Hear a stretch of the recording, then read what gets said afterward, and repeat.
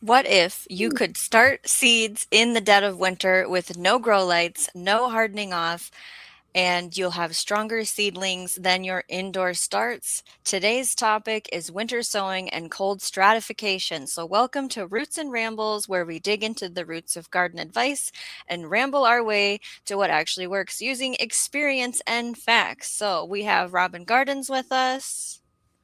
Hello, everyone.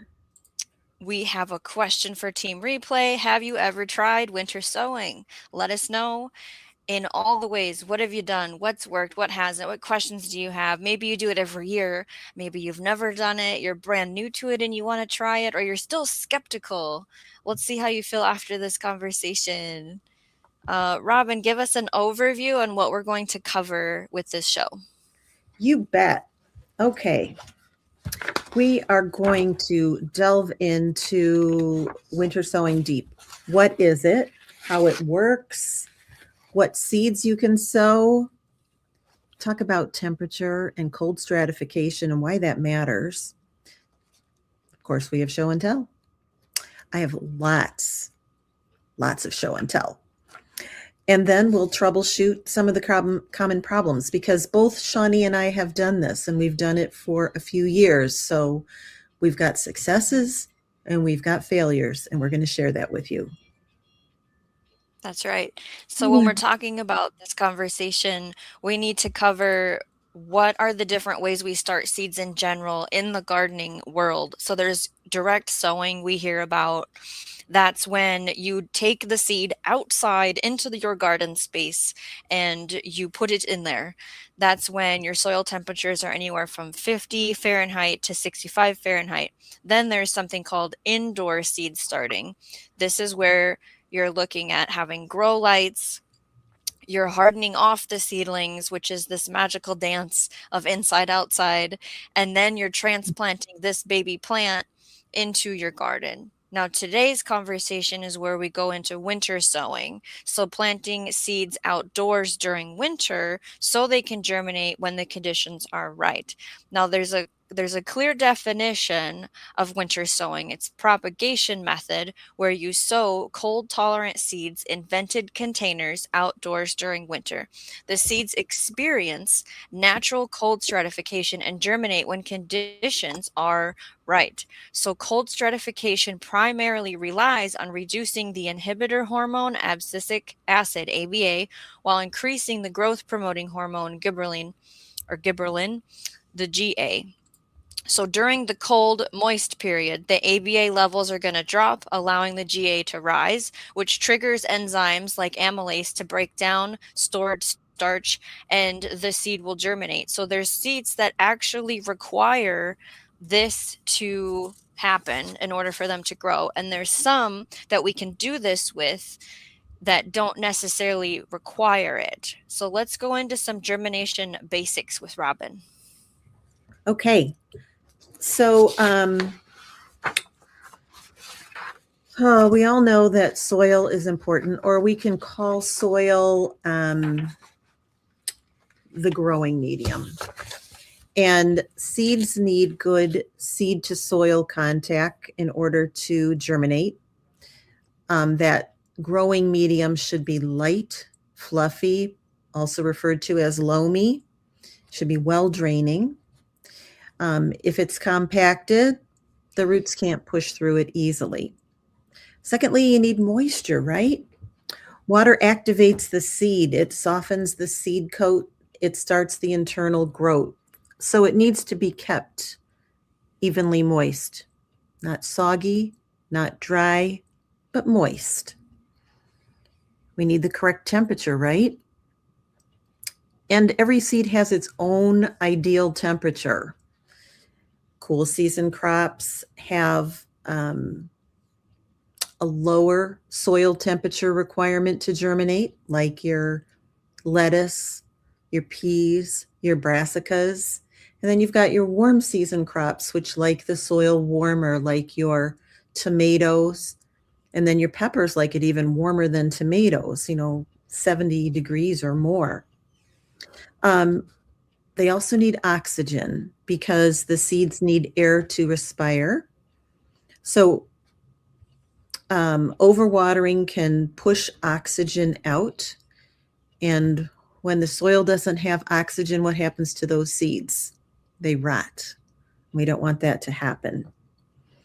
Timing is also important because some seeds sprout in days, some in weeks, some in months. So never assume that you've failed at this because it could just be the length of germination.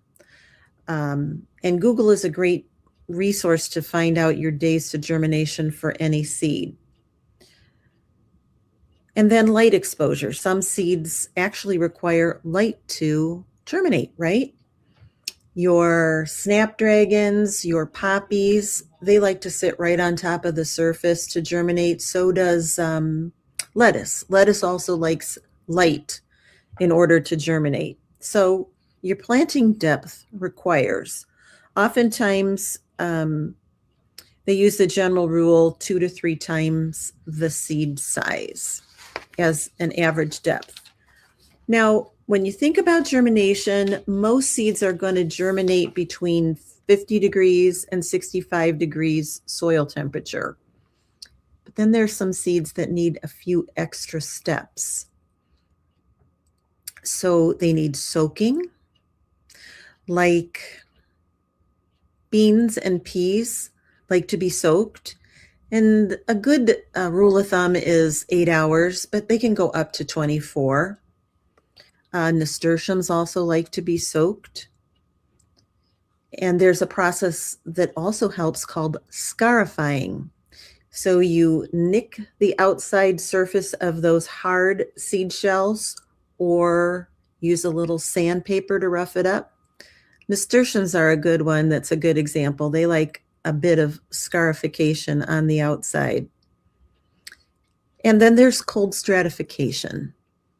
Some seeds, particularly native perennials, like a period of cold stratification. So basically, you're mimicking winter. Like seeds that would happen out in nature, they would just sit on the ground all winter long to wait for germination when the time is right. So basically, those plants need a period of cold, moist conditions before they sprout.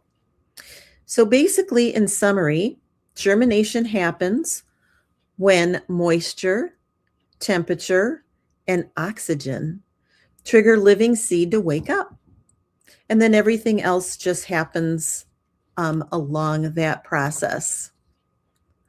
Whoops, looks like Shawnee has to step away. So let's just see what's happening in the chat. Oh boy, you guys are active.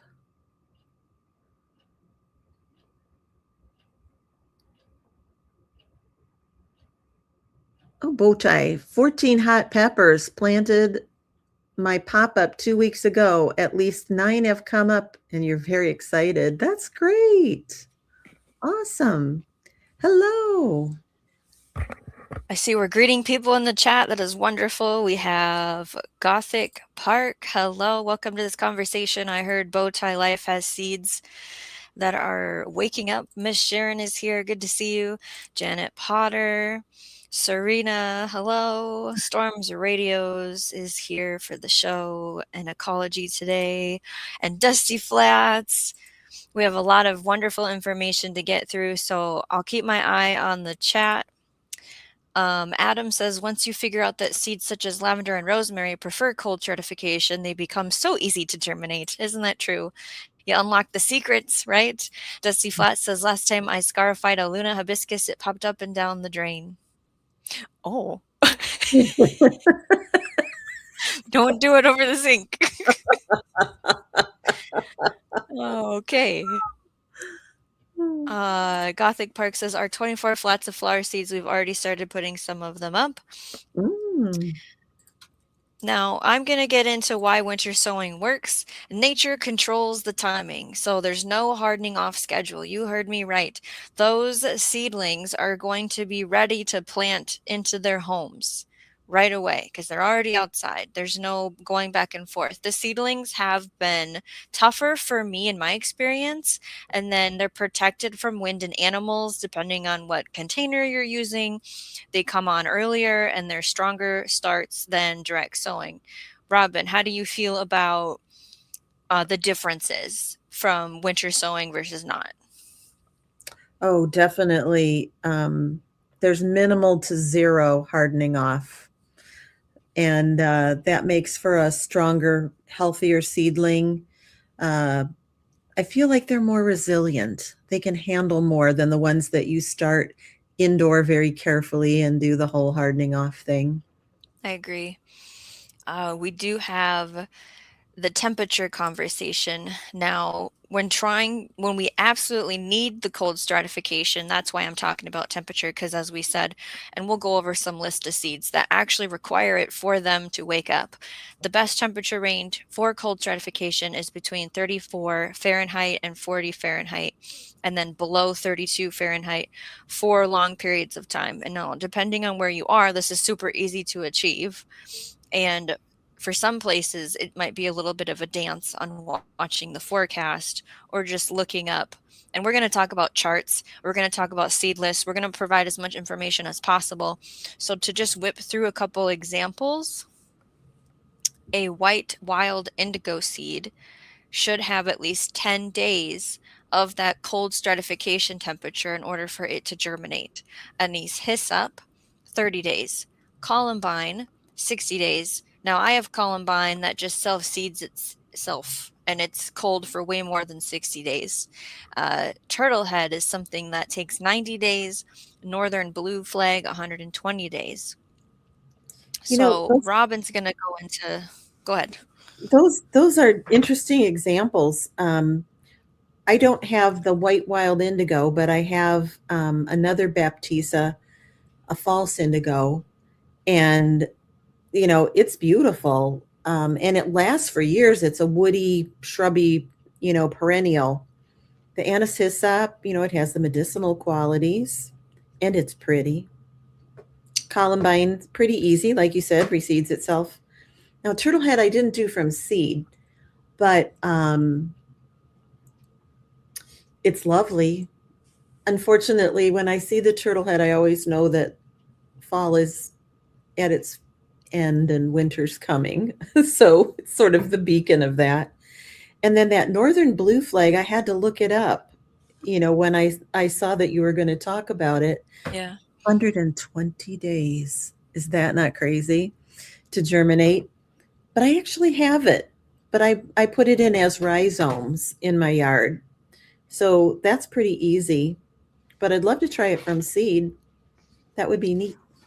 And we hear about stuff from seed versus rhizome or corm or bulb, and we're like, well, what is better? And that's not this conversation, but it made me think of that.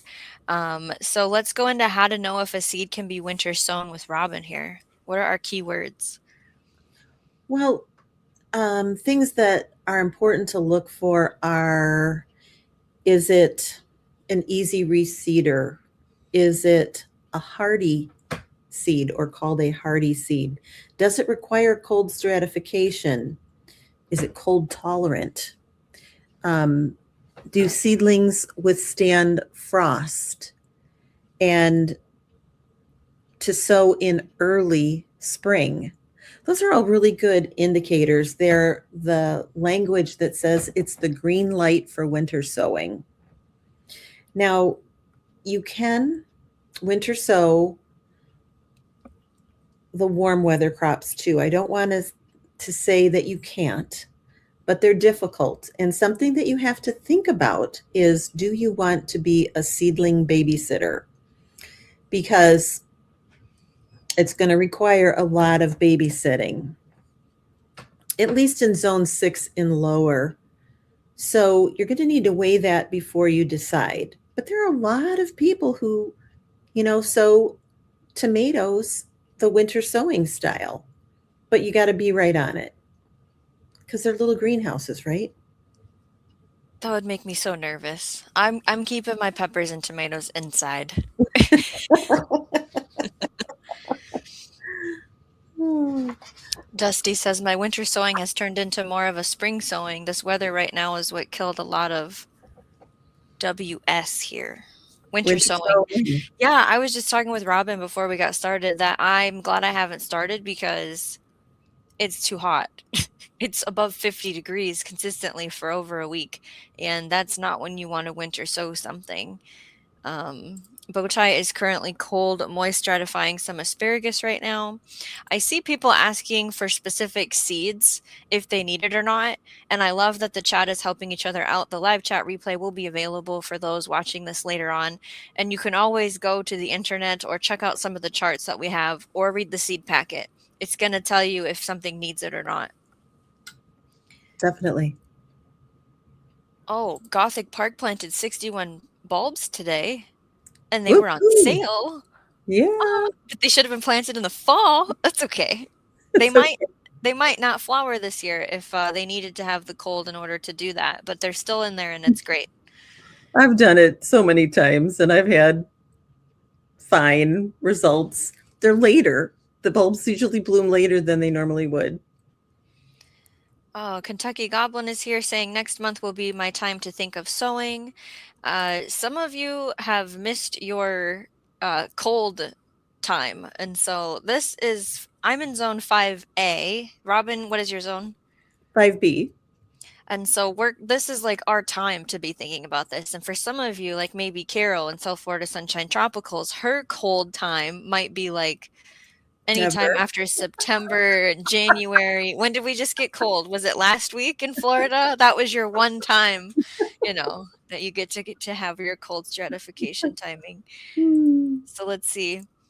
What can you winter sow? So I can't sit here and like read entire lists and things, and there is a difference, like I said before, on what can you winter sow and what requires the cold stratification. So I'm gonna kind of blow through the list. You can screenshot this or you can check out the description for more detailed lists and things, but your brassicas I have done.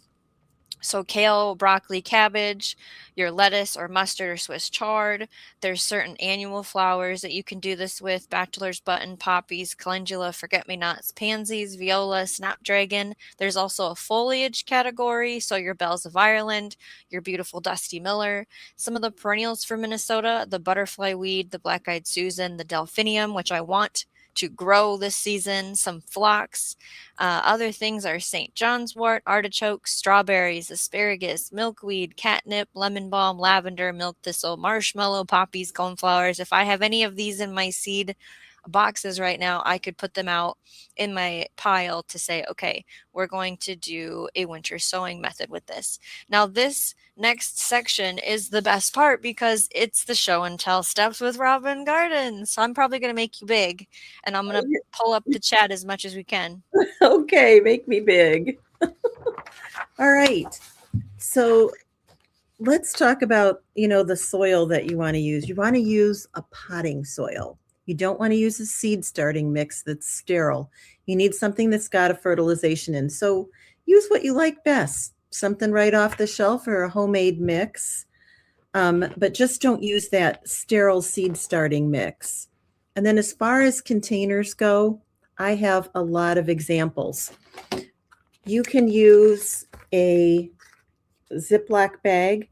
These work really well, but actually the ones with the slider work even better because it'll stay open better. I kind of use one of these little clips if I want to keep one of these open. Now you just need to put holes in the bottom.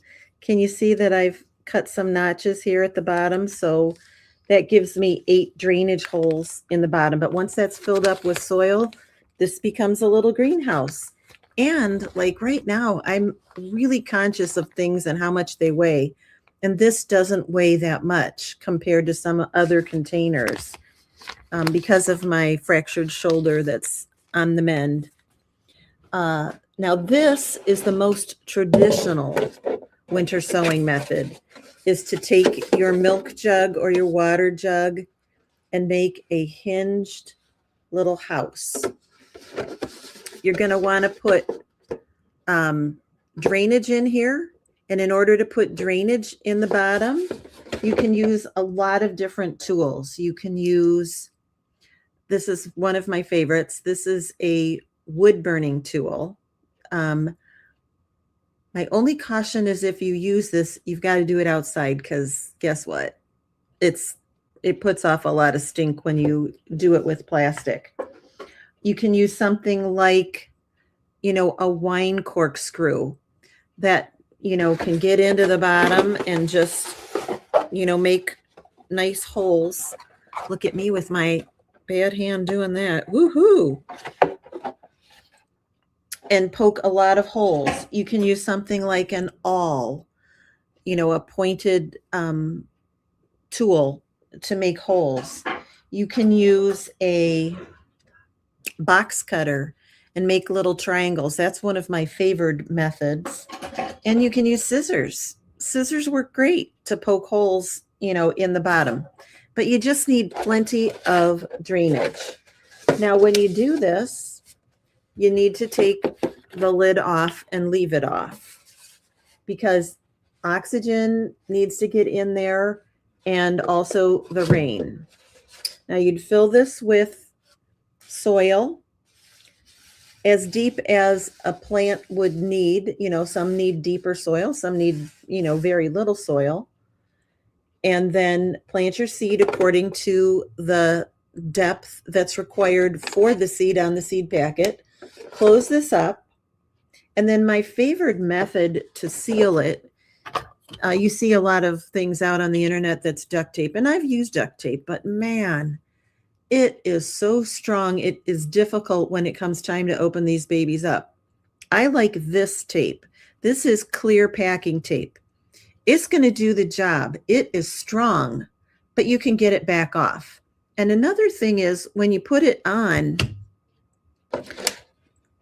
like dog ear, fold over the corner of it so you have a place to pull it back off again. Because sometimes you're going to want to take a peek in here. You can see a lot when you, go down the top, but sometimes you want to just open it up. And sometimes you need it opened in order to vent it. But this is the most traditional method. Now, there's a new method out there that is becoming very popular called a Snug. And that is a jug with a snail roll inside of it.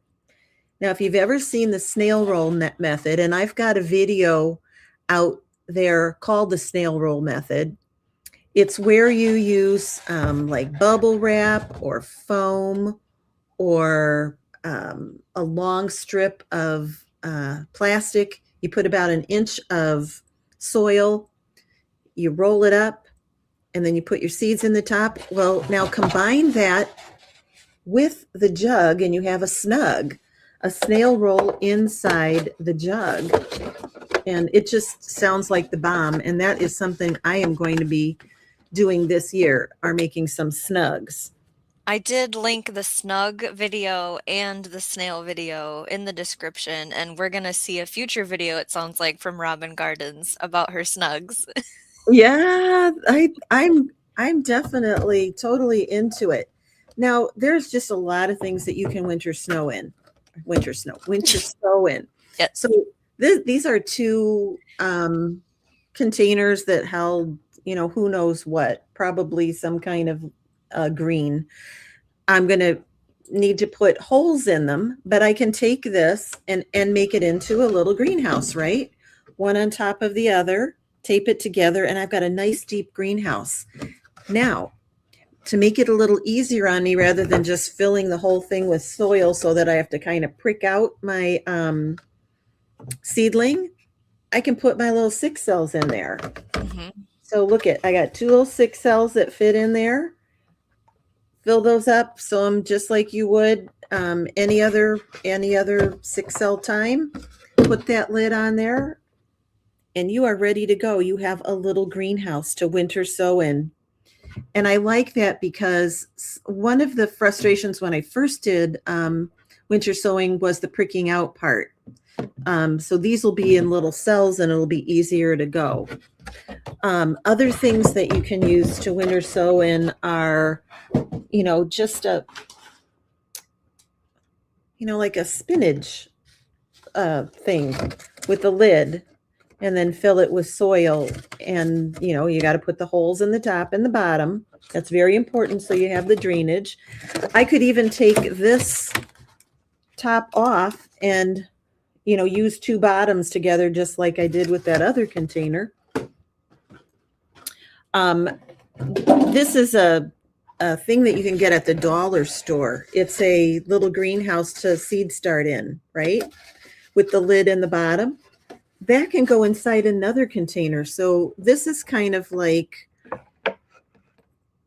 I would need to collect another one of these lids. This is something that, cakes come in Costco, and make another lid on top of that. But then in essence, I've got two zones south of me. The first zone is the first container inside the second one, which is going to make it like I'm 2 zones south of where I am to get the winter sowing started.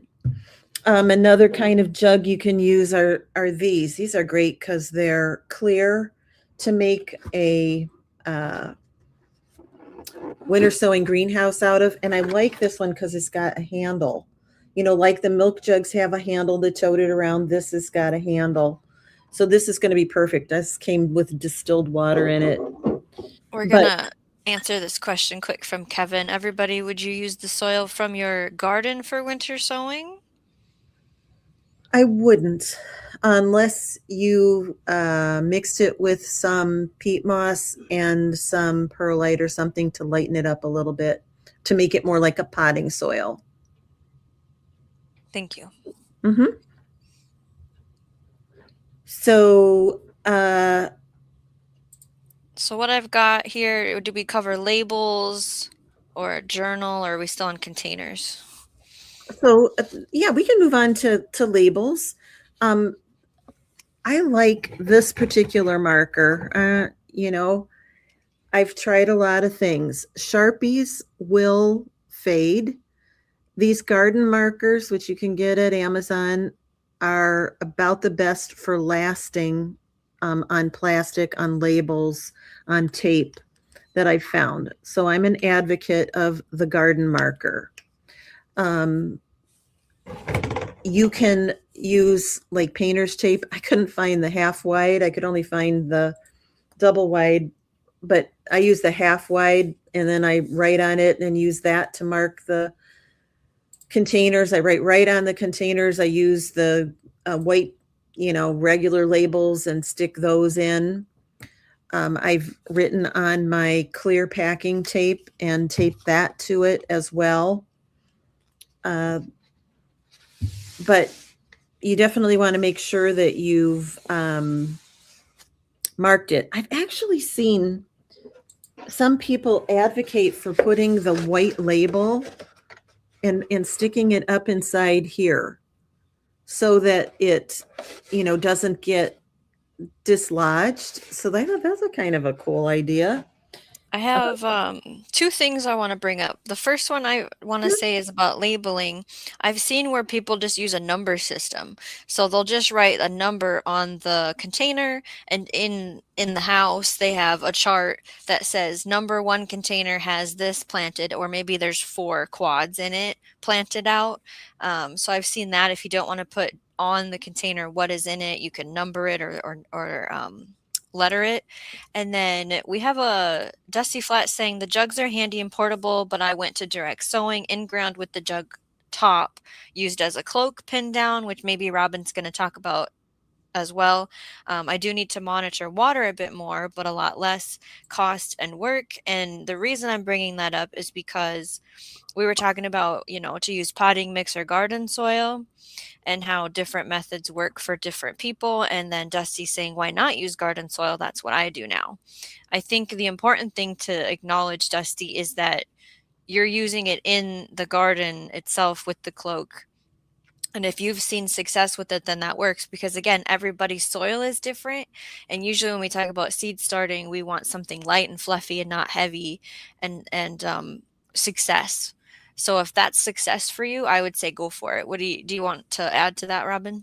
Sure. If you have success with it, my fear with plain old garden soil is drainage, because drainage can be the enemy with winter sowing. So I would lighten it up. I would definitely lighten it up in most cases with perlite or something so that there's some free drainage. The other thing is, a garden journal. Write down what you sow. Mine is simple. This is not big, and I'm into my 4th year using this journal. I don't keep much track of much. I keep track of what I sowed, and then I go back and write if there's failures or successes, or something like tomato plants were perfect, but they were too big to at plant out time, maybe start 2 weeks later. Just little suggestions to myself like that for the next year. Nothing fancy, but it really does help. And the other thing that the garden journal helps you with is, I don't know about you, but I see all these people on YouTube starting seeds now, and they're in my zone, and I'm like, oh, I'm behind. And then I go back and I look in my garden journal, and I'm like, I don't know what they're doing because I haven't sow those for 6 more weeks, Mm-hmm. and I have success. So, you I've had know, to check myself, definitely, Robin. they like can get you fired up like you're behind and you're not, so it's kind of good to have that, personal check and balance thing. Um, so, you use the normal planting depth. You can scatter sow. You can use a grid, like you said, 4 quadrants in the jug or something with 4 different things. And watering expectations, where both you and I live, we both have pretty wet springs, so it's more covering up the jugs if there's going to be a big downpour so that they just don't get too darn soggy and then rot more than someplace where it's a little more arid, and you'd want to make sure that you kept it well watered. But now to Dusty's point, where you're sowing directly in the earth, that's the second way that I winter sow. Mm-hmm. And in order to do that, I'll use the same kind of containers. If you can see, I've taken a hole punch, and I have punched a hole in here on both sides. And then I take landscape staples and I put it in the earth with these landscape staples to hold it down. I'm sowing directly where I want that plant to live in my garden. And this acts as a little cloche, held down by these little landscape staples. Now, you got to remember it's a greenhouse. So if it's a warm day, just like the jugs, and they've sprouted, you need to vent it. So you need to pull these off. You need to open your jugs so that they don't fry, basically. Because I might have fried a lot of winter sowings in the past. I've learned.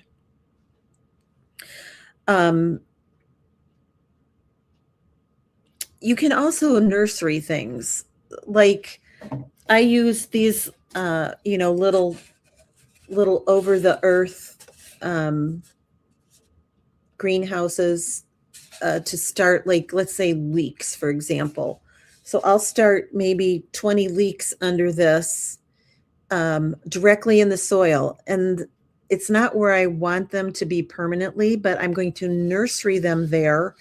And I like my leeks to be about, as thick as my pinky before I plant them in their permanent hole. But this will let me nursery them until I get them to that stage, and then I can dig the clump out, separate them, and plant them out. But these work great, and you can use all kinds of those jugs. I mean, you can use, that's a half gallon that I've used before. There's a water jug, that works, really great.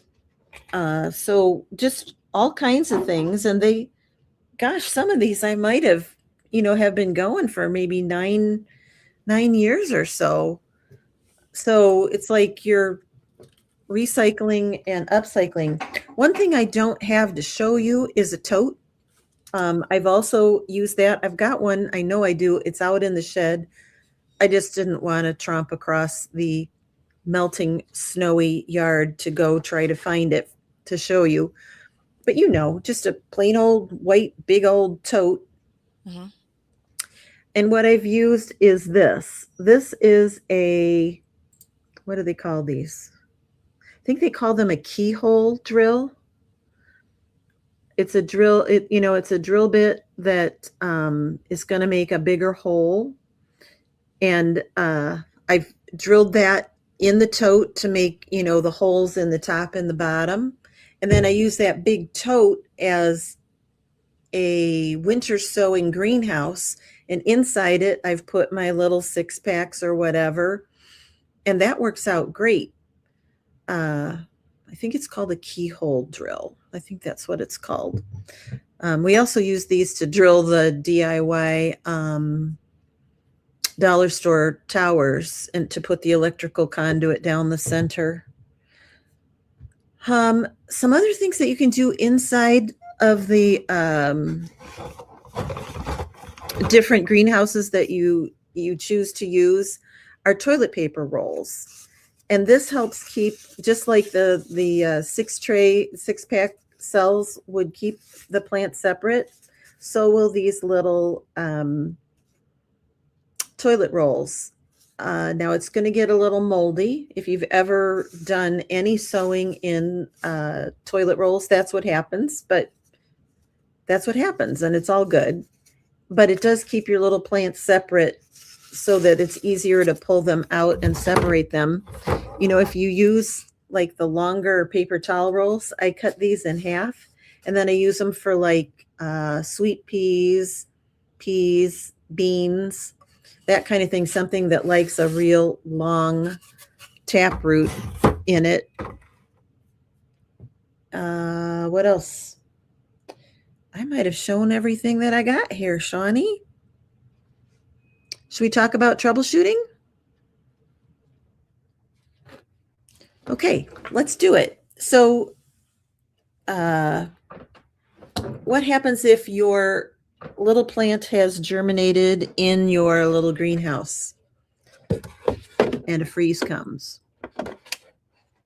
Well, it's a little greenhouse, it's germinated, and you're going to have to protect it. So that means you're either going to need to throw some frost cloth, some blankets, some tarps over it to give it some warmth and protection, or you're going to need to take those into your shed or your garage to give them some temporary protection during that cold spell, because they're germinated now and it's a little greenhouse.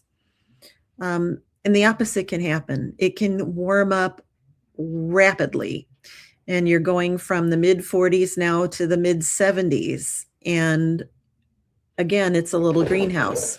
So you need to make sure that you're venting it so that it does not fry. And you need to make sure that your moisture level stays good so that they don't dry out. So I had a question for everybody in the audience. What's your biggest fear about trying winter sowing? Or is pretty much everybody giving it a go?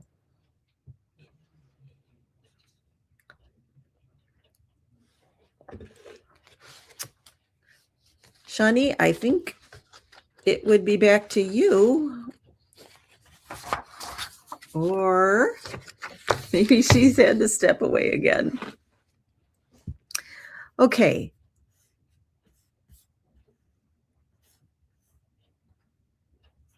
Uh, yeah.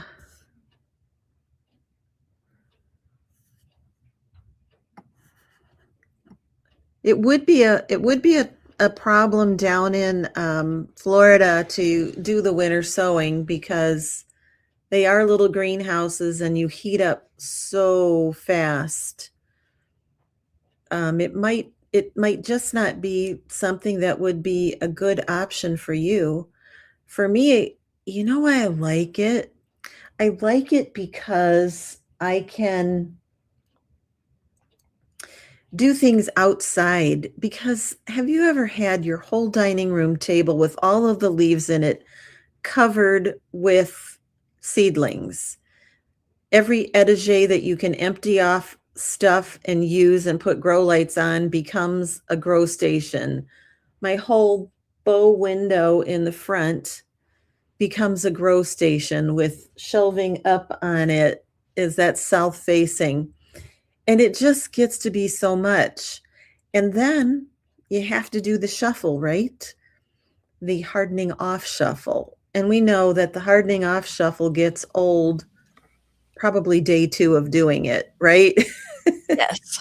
But that goes on for maybe 3, 4 weeks sometimes. I've done the jugs, and if you guys have seen my live stream last year, I say throw those away. We're not using jugs. I'm not messing around with tying them all together so they don't blow away. And I wanted it on a bigger scale. So I took a plastic barrel. It's like the whiskey barrel kind of look, but it's plastic. So it's got drainage holes. I had potting mix in it. I took a glass panel from a window and I put it on top of it for the greenhouse effect. Now that doesn't let water in, but it also doesn't let water in so I can control. It's too wet, it doesn't need any more water, or I need to take it off and let water in. I watch my daily temperatures. If it's going to get too hot, I can take a soil test thermometer temperature test in there and it gets hot quick, and then I know to take that lid off and then put the lid back on. And I did a scatter broadcast method with all the different brassicas. And so I just would take a chunk of them with me out to the garden property, and then I pulled them apart and planted them in their spaces. Um, Dusty says, I've seen the pots inside a tub work well for some and not for others. I suspect climate and babysitting plays a role on success. Babysitting pays the most. Ecology Today says, question, my issue is timing for winter sowing when we get wind storms and deep snow conditions. I've done it on a deck because the deck stays cleared. It gets shoveled and it's close to me where I can just go out the door and bring them in if I need to bring them in for some reason. Now, Robin, do you have anything you want to say on that? Did you talk about troubleshooting? So Like, yeah or no? a little bit, I sure Okay. did. So Okay. my biggest thing is they can get too wet in the spring. You know, when you just have all that water coming down. And I have some clear tarp material. You could use like the clear stuff that is like for painting, you know, painting protection. And just I stick those over. I keep all of my winter sewing together, and then just stick that over and put a couple of bricks at both sides to hold it down and keep the water out. That's the thing I have to do to keep the excess water out. That's my biggest challenge. So yeah, you went over if you've already had germination and you get freezing temperatures, or if it gets too hot, you have to actually move them, vent them, monitor the moisture. Hmm. Okay. The timing is different for everybody, just like all of our gardening conversations work. So there is a link in the description that talks about you go into the seed starting chart and you type in your last frost date and you hit the go button or whatever, and then it has alphabetically all the seeds, and it tells you your actual like week of window time that you could be starting them indoors. Now you can switch that word to winter sowing if it's one of the ones that we're talking about on our list. And there is a separate link for a list for seeds you can winter sow, whether they absolutely need cold certification or because they are tolerant, cold tolerant, frost tolerant. So seeds don't sprout just because it's March, they sprout because the soil warms. If a seedling can tolerate a frost, winter sowing works anytime, and there's an X amount of weeks before your last frost to figure this out. That's why I'm telling you guys that there's a link in the description for a chart where you plug in your last frost date, and it's going to load when you should be starting those seeds, whether you want to do it indoors or outdoors, and when the transplanting can happen. Determine, let's see, for cold stratification, two to 3 weeks prior to the suggested date.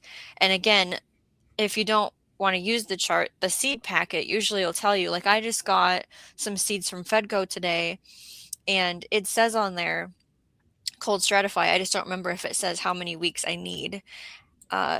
So Team Replay, what's your biggest fear with winter sowing? Hopefully we can answer those questions for you. Heading into the chat, we've got, so we have shared who has done winter sowing, and we've shared experience. Mm-hmm. And we've talked about how some people live in a place where it's really not a thing. And that's because some of you can just direct sow everything. Florida, I'm looking at you. Okay. And then some of us have 11 jugs of winter sowing, you know. Now, I have had sick kids all week, and so I'm probably going to have to step away again, Robin, in a minute here because there is a situation in my house. So if you want to keep reading the chat or if you want to talk about anything, I got to go check on a kiddo. You bet. You do it. All right. So let me just answer Serena's question about the cactus here. So this sweetheart bloomed on Thanksgiving. It bloomed for Christmas, and now it's blooming for Easter. It's just an amazing little cactus. I just use Schultz's indoor plant food on it.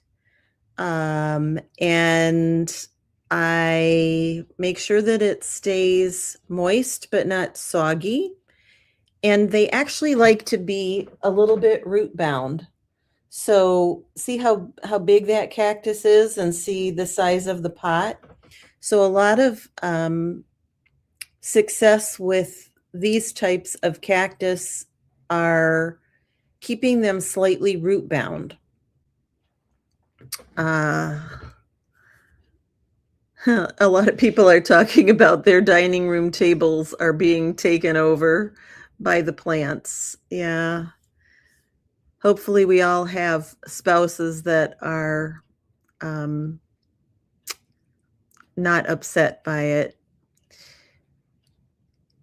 Mine has been taken over by seeds for the Door County Seed Library. That's what I've been up to for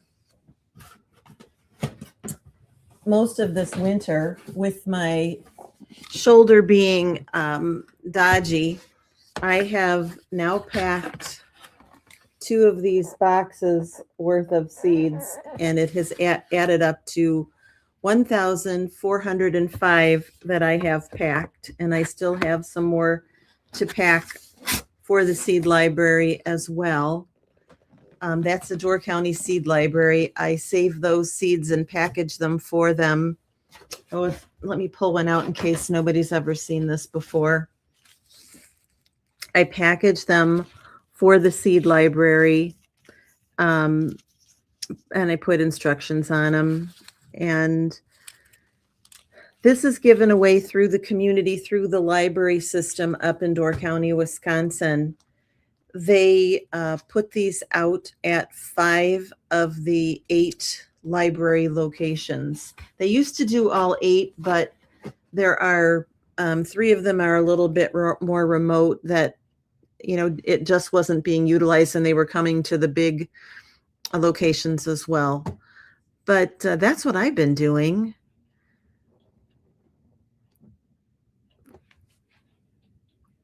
All right, let's see if there's any.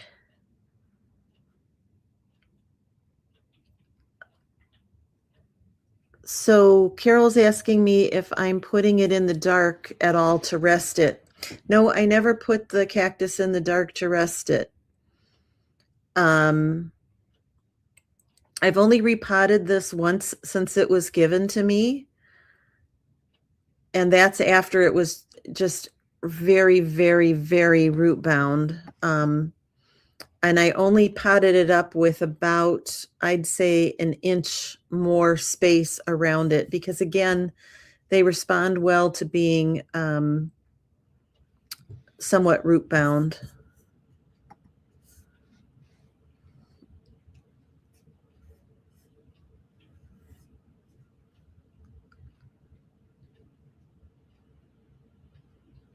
Oh, wow. Jay, you got grow lights for $5 each, LED?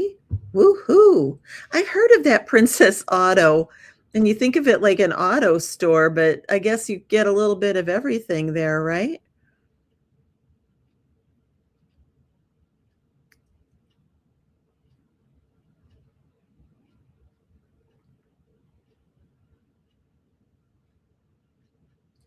Oh boy.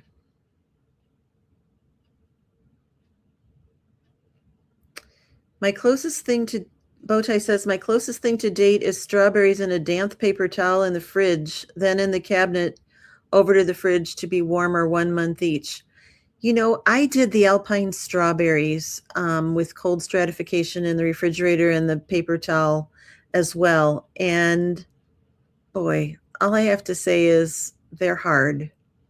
Strawberries are hard, and they don't give you many in the package. You order the seeds and you get like 15. What's with that?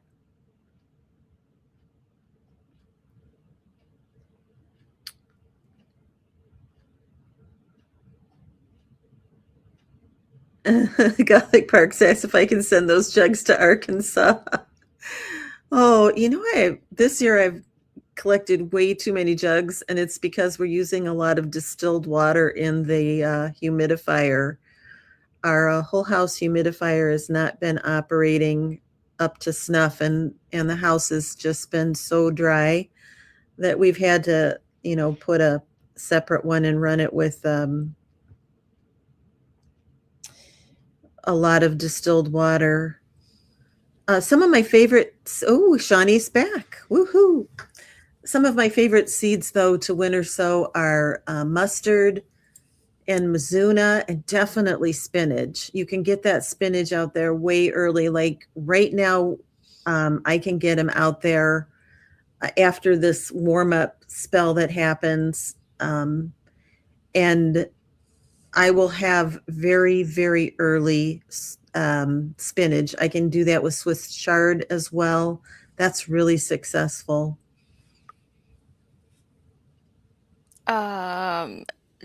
I don't have any more things to say other than the closing statements. Do you have any more last thoughts about winter sowing, Robin?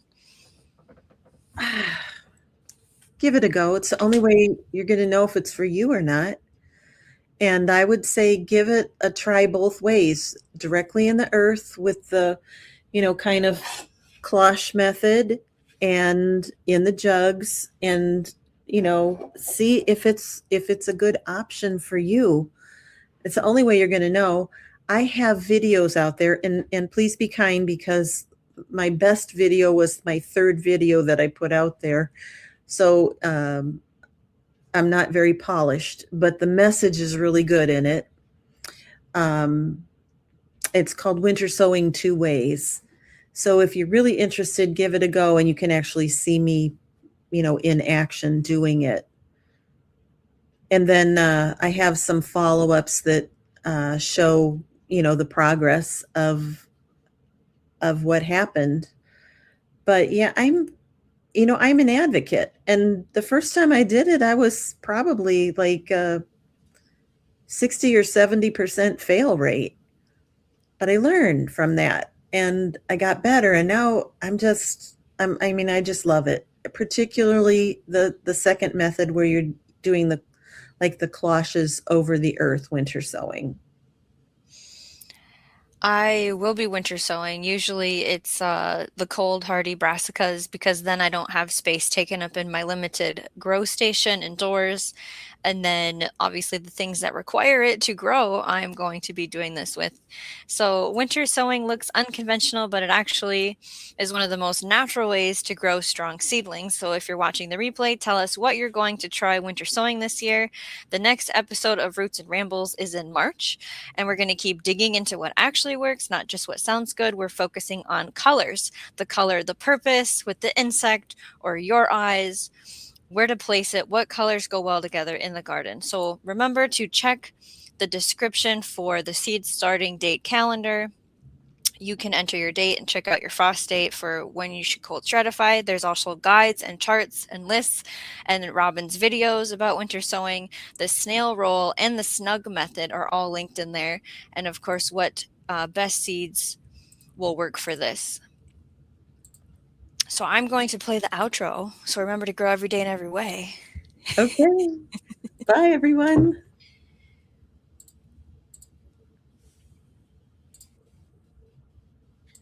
Hey there, friends, come join the show.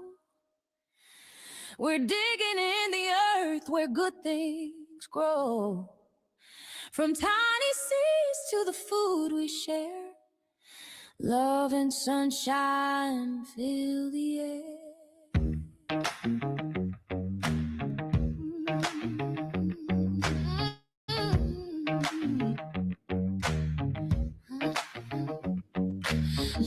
Learn what you eat what you grow. Learn as you grow, let the rhythm flow. Grow every day in every way. This is how we garden for a brighter day. Grab your gloves and a trowel in hand. We'll turn this patch to a promised land. Tomatoes climbing, peppers in line. Patience and water make everything fine. Learn what you eat what you grow. Learn as you grow, let the rhythm flow. Grow every day in every way. This is how we garden for a brighter day.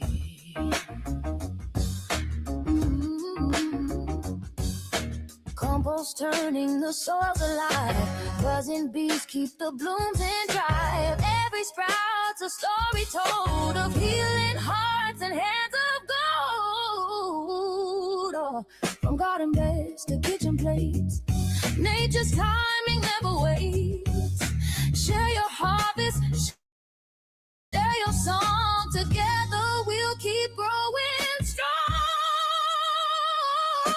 What you eat, what you grow, every day in every way. This is how we garden for a brighter day.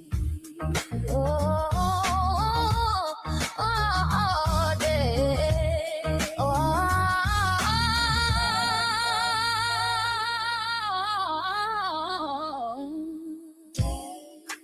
Day. This is how we garden for a brighter day. This is how we garden for a brighter day.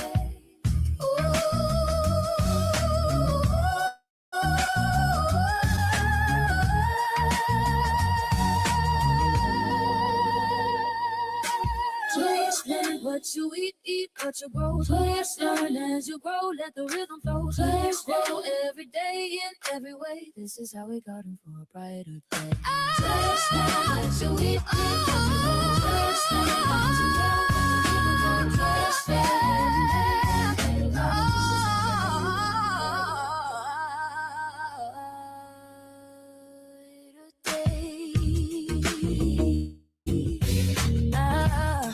This is how we brighten day. This is how we